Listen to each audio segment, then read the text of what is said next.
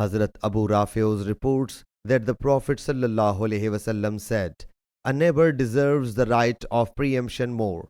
Some people say, if someone purchases a house for 20,000 dirhams, there is no harm in resorting to a trick that he should buy the house of 20,000 dirhams and pay 9,999 as a spot payment and pay 1 dirham for what remains out of 20,000.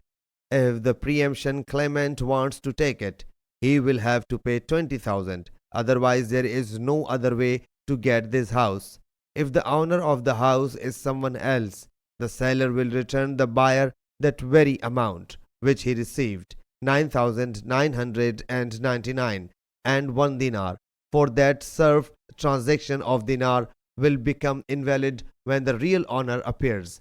If any defect is found in the house, though no other owner emerges, he will have to return 20,000 dinars.